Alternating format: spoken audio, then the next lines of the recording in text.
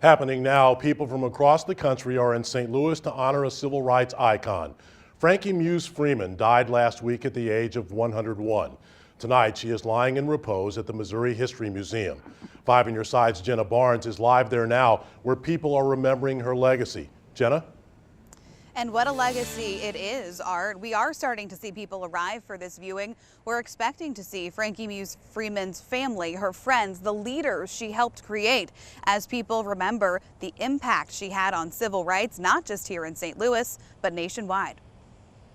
Frankie's impact was so big we won't realize until now that she's gone how much we will miss her. Former Urban League president James Buford knew Frankie Muse Freeman since he was 15. My grandmother always told me I would be somebody someday, but I didn't quite know what that meant as a young person, maybe a basketball player or something.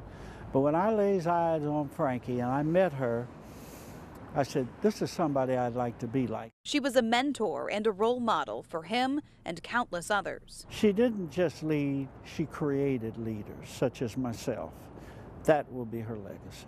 She affected change as a lawyer. When you talk about civil rights in St. Louis, she's one of those towering figures. Ending segregation in St. Louis public housing. She was on the United States Commission on Civil Rights, the first woman, and for 4 presidents, 16 years. Just a fraction of her 101 years of influence. I think that's why the good Lord let her live 101 years, because she had a lot of stuff to do and she got most of it done. I don't know how St. Louis is going to move forward without her, but we sure moved a long way with her.